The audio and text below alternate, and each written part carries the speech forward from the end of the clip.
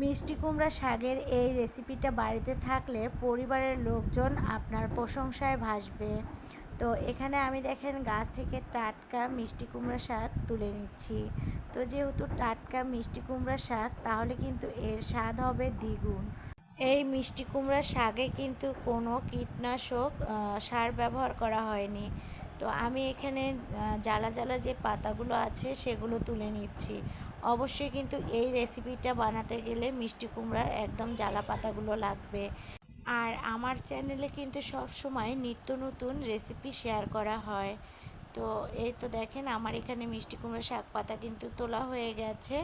তো অনেক দিন পর যেহেতু বাইরে এসেছি, আপনাদের সঙ্গে একটু আমার এই গ্রামের দৃশ্যটাও শেয়ার করি। তো দেখেন কতটা বৃষ্টি হয়েছে। গ্রামে বৃষ্টি হলে কিন্তু আসলে দেখার মতো দৃশ্য হয়। তো দেখতে কিন্তু ভীষণ ভালো লাগতেছিল। আর এই তো দেখেন আমি কিন্তু ঘরে চলে আসছি। তো যেহেতু বাইরে বৃষ্টি, ভেবেছিলাম যে আজকে চুলায় রান্না করব। তো চুলায় আর রান্না করা হলো না। আর এই তো দেখেন এখানে আমি ফ্যাসা মাছের শুটকি নিয়েছি। আপনারা কিন্তু অনেকেই জানেন এই মাছটা হচ্ছে ফ্যাসা মাছ। আর এই তো দেখেন এখন আমি মিষ্টি কুমড়ার পাতাগুলো বেছে নেব। যেহেতু বৃষ্টির দিন, হয়তোবা পোকামাকড় থাকতে পারে। আর এরকম হাতের সাহায্যে কিন্তু আমি মিষ্টি কুমড়া শাকগুলো বেছে নিচ্ছি। আর অবশ্যই ওই যে বললাম না, একদম এই কমলা পাতাগুলো নেবেন।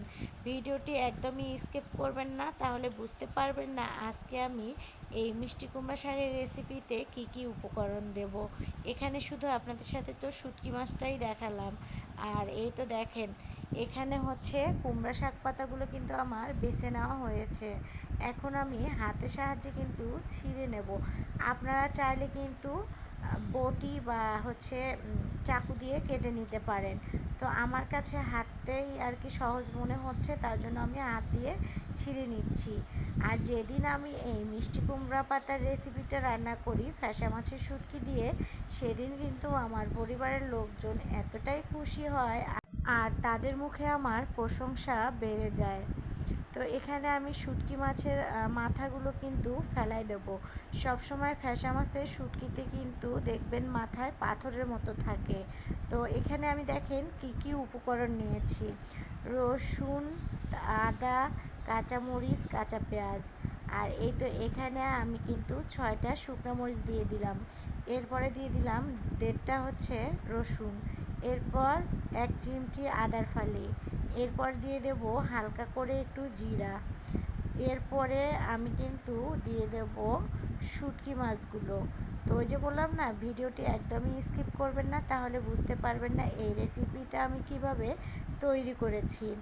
তো এখন আমি এখানে দিয়ে দেব সামান্য একটু পানি। অবশ্যই কিন্তু পানির পরিমাণটা একটু কমিয়ে দেবেন। আর এই তো এখন আমি কিন্তু এটা ব্লেন্ডার করে নেব। তো আমার চ্যানেলে কিন্তু অবশ্যই ঘুরে যাবেন, অনেক নিত্য নতুন রেসিপি আছে, শেখার মতো অবশ্যই শিখে নিতে পারবেন। আর এই তো দেখেন আমার কিন্তু ব্লেন্ড করা হয়ে গেছে। এখন আমি এখানে একটা দিয়ে দিয়েছি ফ্রাই প্যান।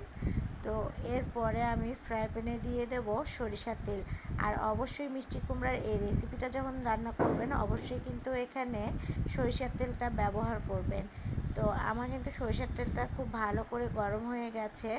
এখন আমি দিয়ে দেব আস্ত রসুনের কোয়া, পেঁয়াজ, মরিচ আর কাঁচামরিচের ফালিও কিন্তু আমি একটু বেশি দিয়েছি, যেহেতু আমি এই রেসিপিটা একদম ঝাল ঝাল করে রান্না করব, তার জন্য একটু ঝালের পরিমাণটা বাড়িয়ে দিয়েছি।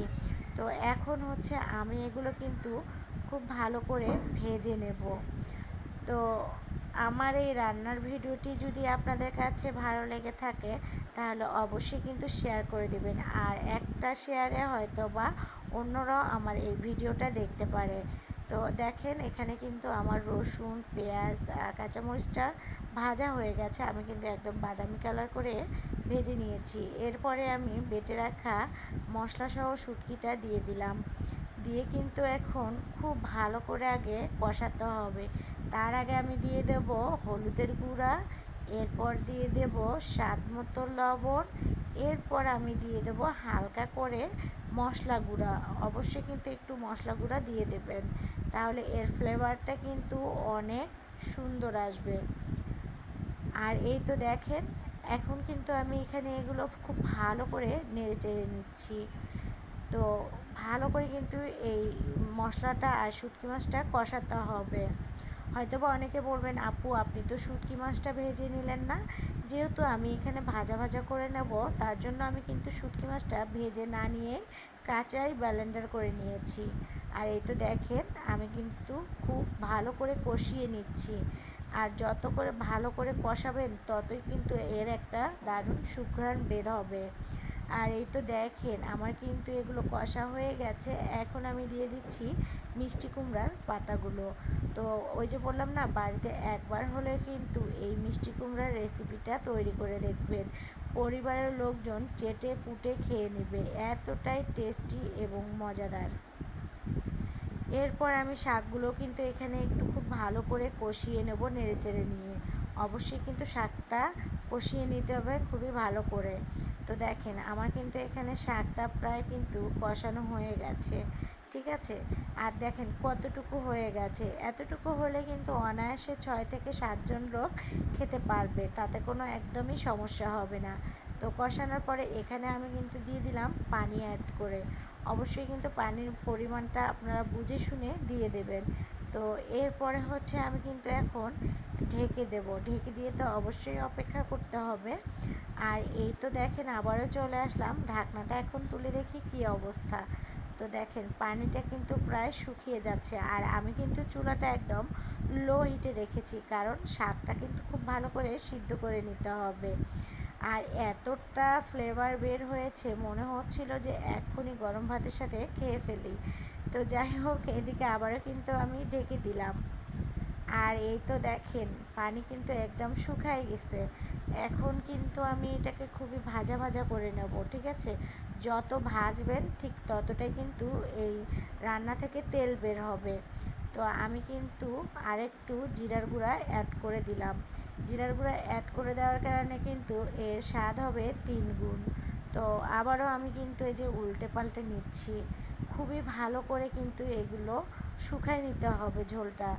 আর যখন তেলটা ছেড়ে দিবে তখন মনে করবেন রান্নাটা কিন্তু হয়ে গেছে। তো আমার কিন্তু রান্নাটা এখনও হয়নি, আরও বাকি আছে। আর এই তো দেখেন রান্না থেকে কিন্তু তেলটা ছেড়ে দিয়েছে। তো বুঝতেই পারতেছেন এর স্বাদ কতটা হয়েছে। আর এই তো আমি এখন তুলে নিচ্ছি একটা আলাদা ডিশে। তো দেখেন আসলে অনেকটাই কিন্তু লোভনীয় হয়েছে। আজকে আমি যে এই রেসিপিটা রান্না করেছি, আমার বাড়ির লোকজন অনেকটাই খুশি হয়েছে। তারা খুশি থাকলে কিন্তু আমি নিজেও খুশি, ঠিক আছে। আর এই তো দেখেন আমি একটু ডেকোরেশন করে নিয়েছি। অবশ্যই কিন্তু ভাতের সাথে লেবু, কাঁচামরিচ, পেঁয়াজ থাকলে আরও জমে যাবে। আল্লাহ হাফিজ।